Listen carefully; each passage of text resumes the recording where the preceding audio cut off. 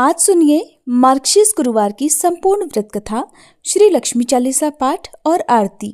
पौराणिक कथा के अनुसार उस समय भद्रश्रवा नाम के एक राजा थे। वे बहुत पराक्रमी राजा थे। 4 वेद, 6 शास्त्र और 18 पुराणों का उन्हें भलीभांति ज्ञान था।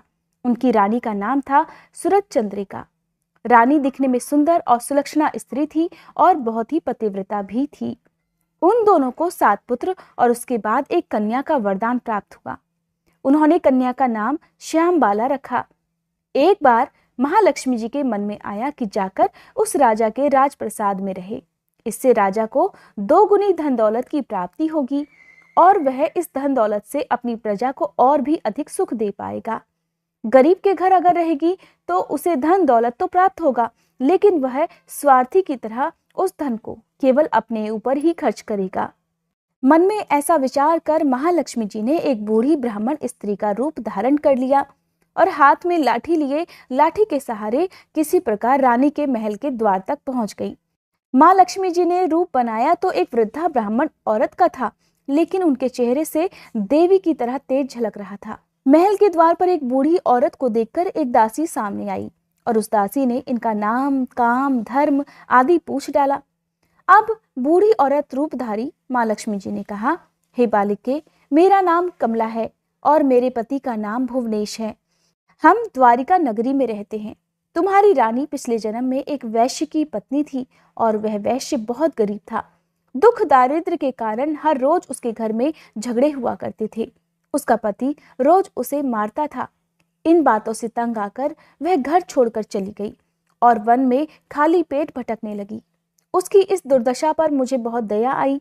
तब मैंने उसे सुख संपत्ति देने वाली श्री महालक्ष्मी जी की कथा सुनाई और मेरे कहने पर उसने श्री महालक्ष्मी जी का व्रत किया। इससे श्री महालक्ष्मी जी प्रसन्न हुई और उसकी गरीबी दूर हो गई। उसका घर संसार दौलत और सुख समृद्धि से भर गया। बाद में दोनों पति पत्नी सब सुख भोग कर परलोक सिधार गए। महालक्ष्मी का व्रत करने के कारण वे दोनों लक्ष्मी लोक में रहे। उन्होंने जितने साल महालक्ष्मी जी का व्रत किया उतने हजारों साल उन्हें सुख भोग मिला। इस जन्म में उसका जन्म राजघराने में हुआ है, परंतु वह श्री महालक्ष्मी जी का व्रत करना भूल गई है। उसे इस बात की याद दिलाने ही मैं यहाँ आई हूँ। बुढ़िया की बातें सुनकर दासी ने उन्हें प्रणाम किया और श्री महालक्ष्मी जी का व्रत किस तरह किया जाए इस बारे में भी पूछ लिया। बुढ़िया रूप धारण किए हुए माँ लक्ष्मी जी ने दासी को पूजा की विधि और महिमा बता दी। इसके बाद वह दासी माता को प्रणाम कर रानी को बताने के लिए अंदर चली गई। राजमहल में रहते हुए रानी को अपने ऐश्वर्य का, अपने धन का बहुत घमंड हुआ था। संपत्ति और अधिकार के कारण वह बहुत अभिमानी हो गई थी। दासी ने अंदर जाकर रानी को सब बात बता दी। दासी द्वारा बताई गई बुढ़िया की बातें सुनकर रानी आग बबूला होकर राजमहल के द्वार पर आकर बुढ़िया रूपधारी महालक्ष्मी जी पर ही बरस पड़ी। उसे यह मालूम नहीं था कि श्री महालक्ष्मी जी माता बुढ़िया का रूप धारण किए हुए उसके द्वार तक खुद आई हुई हैं। परंतु रानी का इस तरह रूखा बर्ताव देखकर और अपना अपमान देखकर माँ लक्ष्मी जी ने वहां ठहरना ठीक नहीं समझा। वे वहां से चल पड़ी। रास्ते में उन्हें राजकुमारी श्यामबाला मिली। श्यामबाला को उन्होंने सारी बात बताई। श्यामबाला उस रानी की ही पुत्री थी। तब अपनी माता के बारे में सारी बात जानकर श्यामबाला ने अपनी तरफ से महालक्ष्मी जी से माफी मांग ली। माँ लक्ष्मी जी को उस पर दया आ गई। अब उन्होंने श्यामबाला को श्री महालक्ष्मी जी व्रत के बारे में बता दिया। उस दिन मार्गशीर्ष मास अर्थात अगहन मास का पहला गुरुवार था। श्यामबाला ने पूर्ण श्रद्धा भक्ति भाव से महालक्ष्मी जी का व्रत किया। फलस्वरूप राजा सिद्धेश्वर के सुपुत्र मालाधर से उसका विवाह हो गया। वह धन दौलत ऐश्वर्य और वैभव से माला माल हो गई और पति के साथ अपने ससुराल में बड़े सुखपूर्वक रहने लगी। उधर रानी को माँ लक्ष्मी जी का प्रकोप झेलना पड़ा। फलस्वरूप राजा भद्रश्रवा का राज और सारी धन संपत्ति नष्ट हो गई, यहाँ तक कि खाने के लाले भी पड़ गए। ऐसी हालत में एक दिन रानी ने राजा से निवेदन किया, हे राजन, हमारा दामाद इतना बड़ा राजा है, धनवान है, ऐश्वर्यशाली है, क्यों ना उसके पास जाया जाए। अपना हाल उसे बताएं, वो जरूर हमारी मदद करेगा। यह बात सुनकर राजा भद्रश्रवा अपने दामाद के पास चल दिए। राज्य में पहुंचकर एक तालाब के किनारे थोड़ी देर विश्राम करने के लिए ठहरे। अब तालाब से पानी लेने आते जाते दासियों ने जब उन्हें देखा तो उन्होंने बड़ी विनम्रता पूर्वक उनसे पूछा कि वो कौन है और कहां से आए हैं। जब उन्हें पता चला कि वे रानी श्यामबाला के पिता हैं, दासियों ने दौड़कर ये बात अपनी रानी को तुरंत बता दी। रानी को जब पता चला तो उसने सुंदर वस्त्र आभूषण देकर बड़े ठाट से अपने पिता का स्वागत और सत्कार किया। उन्हें स्वादिष्ट भोजन करवाया। जब उसके पिता लौटने लगे तो सोने की मोहरों से भरा हुआ घड़ा भी उन्हें दे दिया। राजा जब अपने महल में वापस लौटे तो उन्हें देखकर रानी सूरजचंद्रिका बड़ी प्रसन्न हुई। उन्होंने सोने की मोहरों से भरे घड़े का मुंह खोल दिया, पर यह क्या, घड़े में तो धन के बदले कोयले भरे हुए मिले। ये सब श्री महालक्ष्मी जी के प्रकोप से हुआ था। इस प्रकार दुर्दशा में और कई दिन बीत गए। इस बार रानी स्वयं अपनी कन्या के पास गई और वह दिन अगहन मास का अर्थात मार्गशीर्ष मास का अंतिम गुरुवार था। श्यामबाला ने श्री महालक्ष्मी जी का व्रत पूर्ण किया, पूजा की, अपनी माता से भी व्रत करवाया। इसके बाद रानी अपने घर पर आ गई। श्री महालक्ष्मी जी का व्रत रखने से उसे फिर से अपना राजपाट, धन दौलत, ऐश्वर्य प्राप्त हो गया। माँ लक्ष्मी जी के आशीर्वाद से रानी पहले की तरह सुख शांति और प्रसन्नता पूर्वक जीवन बिताने लगी। कुछ दिनों के बाद उसकी पुत्री श्यामबाला अपने पिता के घर आई। उसे देखकर रानी सूरजचंद्रिका को पुरानी बात याद आ गई। यही बात कि श्यामबाला ने अपने पिता को एक घड़ा भरकर कोयला दिया था और उसे तो कुछ भी नहीं दिया था। इसी कारण श्यामबाला को अपने पिता के घर आने पर कोई सम्मान नहीं मिला। किसी ने उसका आदर नहीं किया, बल्कि उसका अपमान किया गया। किंतु श्यामबाला ने इस बात का बिल्कुल बुरा नहीं माना। अपने घर लौटते समय उसने पिता के घर से थोड़ा सा नमक ले लिया और जब वापस अपने घर लौटी तो उसके पति ने पूछ लिया, अपने मायके से क्या लाई हो? यह बात सुनकर श्यामबाला ने जवाब दिया, मैं वहां का सार लाई हूं। पति ने पूछा, अब इसका क्या मतलब हुआ? श्यामबाला कहने लगी, थोड़ा धैर्य रखो, सब पता चल जाएगा। अपने पति को सार का अर्थ समझाने के लिए श्यामबाला ने उस दिन जब भोजन बनाया तो उसमें नमक नहीं डाला। इस प्रकार बिना नमक का भोजन अपने पति के सामने परोस दिया। पति ने जब भोजन चखा तो सारा भोजन बिना नमक का था, इसलिए कोई भी स्वाद नहीं आया। फिर श्यामबाला ने थाली में नमक डाला, इससे सारा भोजन स्वादिष्ट लगने लगा। तब श्यामबाला ने अपने पति से कहा, यही है मेरे मायके से लाया हुआ सार। अब पति को उसकी बात समझ में आ गई। फिर वे दोनों हंसी मजाक करते हुए भोजन करने लगे। कहा जाता है, इस तरह जो कोई श्रद्धा और भक्ति भाव से माँ लक्ष्मी जी की पूजा करता है उसे माँ की कृपा अवश्य प्राप्त होती है। उनके घर में सुख संपत्ति और शांति बनी रहती है। साथ ही भक्तों की सभी मनोकामनाएं भी पूर्ण होती हैं। परंतु अगर आपको माँ लक्ष्मी जी के आशीर्वाद से सब कुछ मिलने लगे तो कभी भी माँ लक्ष्मी जी को या माँ लक्ष्मी जी की पूजा या व्रत को नहीं भूलना चाहिए। बोलो लक्ष्मी माता की जय। श्री लक्ष्मी चालीसा पाठ। दोहा। मातु लक्ष्मी करी कृपा, करो हृदय में वास, मनोकामना सिद्ध कर पुरवहु मेरी आस। सिंधु सुता विष्णु प्रिय, नत शिर बारंबार, रिद्धि सिद्धि मंगल प्रदे, नत शिर बारंबार। यही मोर अरदास, हाथ जोड़ विनती करूं, सब विधि करो सुवास, जय जननी जगदम्बिका। सिंधु सुता में सुमिरो तो ही, ज्ञान बुद्धि विद्या दो मोही, तुम समान नहीं कोई उपकारी, सब विधि पुरवहु आस हमारी। जय जय जगत जननी जगदम्बा, सबके तुम ही हो स्वलंबा, तुम ही हो घट घट के वासी, विनती यही हमारी खासी।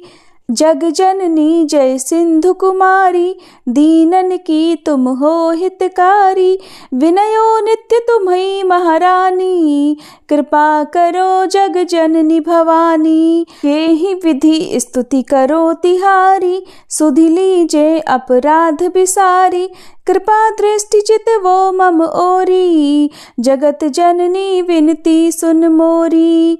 ज्ञान बुद्धि जय सुख की दाता, संकट हरो हमारी माता, क्षीर सिंधु जब विष्णु मथायो, 14 रत्न सिंधु में पायो, 14 रत्न में तुम सुख राशि, सेवा कियो प्रभु ही बन दासी।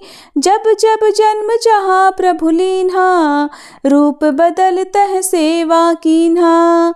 स्वयं विष्णु जब नर तनु धारा, लीनेहु अवधपुरी अवतारा। तब तुम प्रकट जनकपुर माही, सेवा कियो हृदय पुलकाही। अपनायो तो ही अंतर्यामी, विश्व विदित त्रिभुवन की स्वामी। तुम सब प्रबल शक्ति नहीं आनी, कह तक महिमा कहो बखानी। मन क्रम वचन करे सेवकाई, मन इच्छित वांछित फल पाई। तज छल कपट और चतुराई, पूजहि विविध भांति मन लाई। और हाल में कहो बुझाई, जो यह पाठ करे मन लाई। ताको कोई कष्ट न होई, मन इच्छित फल पावे फल सोई। त्राही त्राही जय दुख निवारणी, त्रिविध ताप भव बंधन हारिणी। जो यह 40 पढ़े और पढ़ावे, इसे ध्यान लगा कर सुने सुनावे। ताको कोई न रोग सतावे, पुत्र आदि धन संपत्ति पावे। पुत्रहीन और संपत्तिहीना, अंधा बधिर कोढ़ी अति दीना। विप्र बुलाए के पाठ करावे, शंका दिल में कभी ना लावे। पाठ करावे दिन 40, ता पर कृपा करे गौरी सा। सुख संपत्ति बहुत सी पावे, कमी नहीं काहू की आवे। 12 मास करे जो पूजा, ते ही समधन्य और नहीं दूजा। प्रतिदिन पाठ करे मन माही, उन सम कोई जग में नाही। बहुविधि क्या में करो बढ़ाई, ले परीक्षा ध्यान लगाई। करी विश्वास करे व्रत नेमा, होय सिद्ध उपजय और प्रेमा।